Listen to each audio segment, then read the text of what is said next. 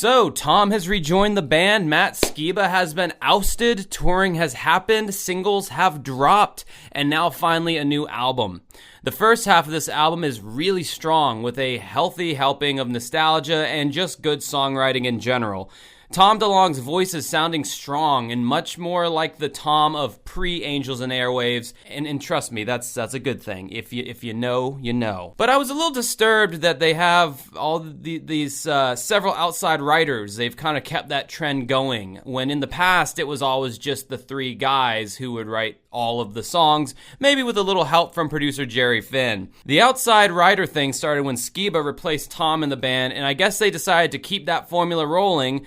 Granted, these songs are 100 times better than anything the band did while Skiba was in the group, aside from maybe 6-8. I will also say the first half of this new Blink record is way stronger than the second half. The album kind of loses steam by the midpoint, so let's get into it track by track here. The first song, we have Anthem Part 3. It's a very similar intro to Anthem Part 2 from their Take Off Your Pants and Jacket album.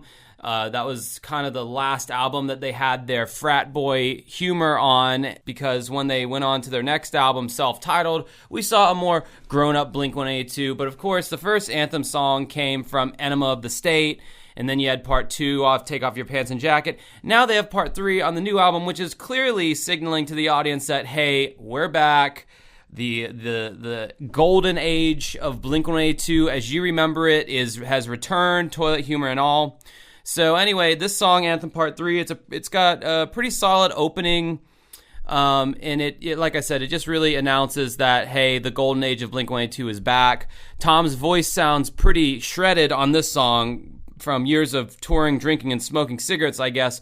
But with that being said, he sounds more like himself on this album than he has in clearly like over a decade. He finally ditched that Angels and Airwaves vocal tone that he was rocking for the longest time in favor of his actual vocal tone that was last heard on Blink-182's 2003 self-titled record. Ever since then, he's been doing this weird Angels and Airwaves affectation. Moving on to the next song, Dance With Me, I would say this is a very strong song. It's got a cool opening guitar riff. I'm a big fan of Tom's vocal melody in the verse here, and I think that Mark's voice fits perfectly in the pre-chorus of this song. Although I will say I'm not a huge fan of the ole, ole, ole, ole chorus. It almost sounds like the anthem for a beer commercial, or it should be on like the FIFA soundtrack or something. It sounds like something you'd hear in a soccer arena. It's still a really strong song though, and I love the music video pays homage to the Ramones' I Want to Be Sedated music video. It's a really good video. You should look it up. This song just feels very youthful, which is surprising given the actual ages of these guys and the fact that they can still kind of write music like this. This was a band that I had kind of written off as a band that no longer has original ideas. And honestly, it turns out that Tom DeLonge was really the X factor when it came to the songwriting, because, I mean, even with Skiba and Hoppus and all those other writers, the albums that preceded this one, California and 9, just really sucked. I did not like those albums at all. Then we get to track 3, Fell in Love. This song is okay. There's nothing too special. It's a pretty standard pop-punk fare with lyrics that have been repeated throughout pop-punk songs for decades now. Thankfully, this song is only 2 minutes and 18 seconds, so it's not like you got to sit through it for very long. The next song, Terrified, the opening guitar riff is such a Tom DeLonge style guitar riff. I know it's kind of a weird way to put it, but he just has this certain way that he writes guitar riffs sometimes, and I could easily hear this song on like a Boxcar Racer record, which is not an insult at all. I love his off-kilter guitar riffs, but I will say though the chorus, "Welcome, Terrified," I commend them on doing something unique there, but God, this shit is blown the fuck out. And I mean, obviously they were going for that, but it literally sounds like your speakers are like distorting. It's still a pretty cool song though. And moving on to One More Time, which I feel like this should have been called I Miss You Part 2, quite frankly. It's the song that made everyone cry. If they made a Blink-182 movie, this song would be played at the part where the band breaks up and then they get back together after something super dramatic happens, which is pretty much exactly what happened in real life here. Mark got diagnosed with leukemia a few years back, and his survival wasn't a guarantee. Thankfully, he pulled through, and his old buddy Tom was there the whole time cheering him on. So they gave Skiba the boot, Skiba the boot, Skiba the boot, Skiba the boot, boop, boop, and Tom rejoined the band. I do take issue with one of the lines of the lyrics in this song. They say, "I wish they would have told us it shouldn't take a sickness or airplanes falling out of the sky." And I'm sitting over here thinking like, dude, who is they? Tom was the one who chose to leave the band both times. The reasons for this departure depend on who you talk to, but essentially he got tired of being in Blink and he needed a break to go work on all his other bullshit that nobody cared about except the alien stuff. I thought that was pretty cool. But yeah, there was no they. This band has been touch and go since the mid-2000s, and the planes falling out of the sky bit was a reference to Travis Barker's accident in which 2/3 of his body was burned up with jet fuel after a major airplane malfunction. Killed his friend DJ AM. But to my knowledge, all that happened on the tarmac as a plane was attempting to take off, so it never really fell out of the sky. Semantics, I'm aware, but I just wanted to set the record straight on that for anybody who might have been confused about that lyric. Musically, this is a really solid song, good hooks, good melodies. I love the Mark-Tom vocal trade-off. I think they work best as a vocal team, but overall I feel Tom has the more unique lead singer voice. Mark's voice has always been a bit more generic to me. That's one of the reasons I loathe the Matt Skiba, Mark Hoppus vocal duo so much, because to me, their vocals sounded exactly the same and very auto-tuned. Now let's talk about Autotune. This entire new record is heavily auto-tuned, and not even auto-tuned in the way that rappers do it to where they make themselves sound like robots. These songs are auto-tuned probably because both Mark and Tom at this point have become far too pitchy to sing accurately anymore, and the auto-tune was necessary to get a good record out of them. Now, I know you might be saying or thinking, but what about when they play live? Won't everybody hear their mistakes then? Nope. I actually already did a video on this one. Blink-182 uses Autotune live now. Yes, their performance at Coachella was when this became obvious. The Autotune was supposed to be turned off in between songs, but sometimes the technician didn't quite catch the end of the song, and you can clearly hear the effect. Hey! Mark, you're doing so fucking good! He literally goes, "Hey, Mark, you're doing so fucking good." I don't know how I feel about this, but I remember quite clearly watching Tom DeLonge trying to sing All the Small Things on The Tonight Show like 15 years ago, and he sounded like complete garbage. So if he still sounds like that, yeah, slap the auto-tune on him immediately. I really liked the music video for this song. It tripped me out the moment as the camera's like zooming back and you see that they're back on the set of Adam's song, that music video, and then they start swapping through all the sets of all the music videos and historically significant moments they've been through, like them on TRL or them at playing the Vans Warped Tour. It was like just really pulling at the nostalgia chord there. And then like Travis Barker actually sings a little bit at the end of this song, and wow, the dude has one of those smooth, sultry white guy voices that you hear in a lot of R&B flavored pop songs that are on the radio right now. I'm surprised they never used his voice in the past. Maybe it never fit the vibe, but now I'm suspicious because of all the auto-tune they used on Mark and Tom. Did they just auto-tune Travis until he sounded good? And I'm sure they will be using auto-tune on him live too, so we'll never know if he can actually sing or not. So the next track, More Than You Know, it's got a cool dark piano intro which transitions into a fast-paced alt-punk jam. Once again, the Mark and Tom vocal dynamic just works so well for me. Here's the formula. Mark sings the verse part in his low baritone, and then Tom flies in with his nasally lead vocal. It works every time. I'm pretty sure Travis is singing on the bridge of this song too, so there's that. I really like the lyrics to this song, even though I don't fully understand them, but the line, "I don't feel pain, but I feel more than you'll ever know," that's just deep, man. Like, it touches me in some magical, warm, spicy place. Then they have the next song, Turn This Off. This is like a 23-second punk rock interlude, much in the same vein as Happy Holidays, You Bastard off Take Off Your Pants and Jacket, or Built This Pool off their California album.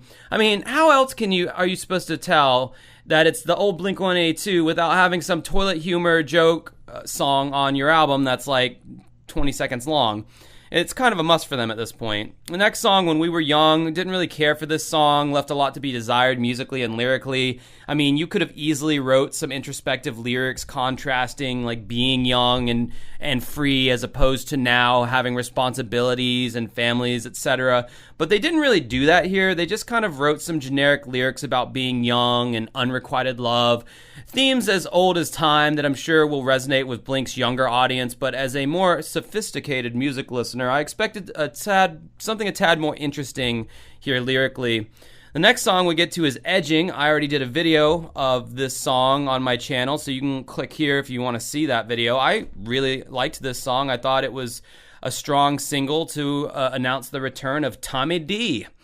The next song is, I feel like, where this record kind of takes a turn for the worse, with the songs after it getting weaker and weaker. This song's called Blink Wave. When I saw the track listing for this album and I saw this particular track, I was quite confused as to what this could possibly sound like. I think the whole purpose of this song was to satisfy Tom DeLonge's synthesizer addiction that he grew while he was playing in Angels and Airwaves. If you notice, there are almost zero synthesizers on any parts of this record. And I'm sure that was a deliberate choice, since the big complaint on their last Tom album, Neighborhoods, back in 2011, was that it sounded too much like Angels and Airwaves, meaning there were too many synthesizers, which, I mean, sure, there were a lot of synth lines on that album, and Tom was still using his Angels and Airwaves voice, but it was still a strong record that had plenty of punk rock edge. With all that being said, this particular song, Blink Wave, is a weak attempt at a new wave song. New wave is definitely not Blink-182's forte. Then we get into the next song, Bad News. There was nothing about this song that stood out to me. I didn't really have anything to write down about it. Then we get into the song Hurt, which is some kind of interlude. Again, it was okay. Nothing really stood out about it. Then we go into Turpentine. Again, it was an alright song. I wish I had more to say. I listened to the songs several times and just really didn't have much to say about it. I just didn't really care for it that much. All the bite and all the things that were interesting about the first half of the record seemed to kind of like melt away slowly by the second half of the record. Then we get into Fuckface, and though this song is only 27 seconds long, this is like pure old school punk rock, which was fun to hear. You know, the guys wanted to bust it out and show you that, dude, if we wanted to make a fucking fast and hardcore punk rock song, we totally could, but we're choosing not to. The next song, Other Side, again, I got nothing on this one. And then finally we end the record on Childhood. The melody of this song is okay, but man, the autotune is so heavy on the lyrics. Where did our childhood go? I want to know. It's like really fucking distracting. The autotune is more distracting in some points of this record than others, and this song is one of those that like stand out. Oddly enough, the song One More Time, which is like one of their bigger songs off this record, that one is the one where the autotune is probably the most distracting because the vocal is so naked, you know, because it's like just an acoustic guitar and the vocal at first. And I'm just surprised that like no one's really called them out on like just how heavily modified their vocals are. But hey man, whatever, I guess it is what it is. Anyway, this is the last song of the album, and in the last 25 seconds they leave us with a little bit of what feels like Postal Service business going on, like little synth bits going on as Travis pounds away on the drums. It's an interesting way to end the record, I guess. I thought there would be something a little more grandiose or meaningful, but you know, whatever, it's their album, it's fine. Maybe I'm missing something, some bigger meaning or something. But yeah, overall, I think this entire record leans a little too heavily on nostalgia. I definitely do want to stress that point. But if you think about it, that was kind of the only move for the band to still be successful. Blink-182 is essentially a nostalgia act at this point, and their fan base probably skews into their mid-30s, my age. I don't think anyone at this point is asking the band to be innovative. Nobody is asking for another Blink-182 self-titled album like they delivered in 2003, where they completely switched their sound, but to great success instead of great failure. I think their cultural relevance is as a nostalgia act at this point, and that's fine. They're one of the biggest pop punk bands ever. They're legends. They can play the old hits for the rest of their lives if they wanted to and charge $800 a seat. The fact that we get an album full of new material by a reunited band that's been around for almost 30 years, and it's an album that doesn't suck. Billy Corgan, are you paying attention to this right now? I mean, I just think that's an awesome thing, and we should feel lucky that this is such a fresh and vivacious record for the most part, because, man, they could have done so much worse, and you know they could have. You know I'm telling the truth there. The Smashing Pumpkins, you're kind of off the topic here, but on the topic, I'm going to tie it all together. The Smashing Pumpkins are one of my favorite bands of all time, all right? They've been around for probably about 5 years longer than Blink-182, but, about the same time. They put out a triple album this year and last year too, I believe, called Autumn. They released it in like 3 parts. This 3-part album was trash. Like 80% of it was unlistenable. And that's because Billy Corgan is still trying to create something new. He's still trying to innovate, but what he's not seeing is that it's not working, and there's nobody in his camp to tell him that it's not working. Billy has shown that he's able to write fan-favorite songs, but he just refuses to because of some weird contempt he's always had for his audience. Blink-182 went into the exact opposite direction and put out a record that I think will be a real crowd pleaser. They gave fans what they asked for, so good job, guys. So let me know what you think of Blink-182's new album, and also bask in my positivity for once. I know I'm pretty negative in a lot of these videos, so it feels nice to be positive about something for once. And if people would put out less shitty stuff, I could be positive even more so. But don't worry, I'm going to be doing a review of Roger Waters' Dark Side of the Moon Redux, because that is out in full now. And I also plan on doing a video on Jada Pinkett Smith's cringy-ass new rock band Wicked Wisdom. Did you know that was a thing? So don't worry, the negativity will return, because, I don't know, it's just a little bit more interesting to talk about sometimes. But props to the new album. Good on you. Wish your seats weren't $800, because I really would have liked to have seen you, but I don't have $800 to spare on a concert ticket. Till next time, enjoy the rest of your night.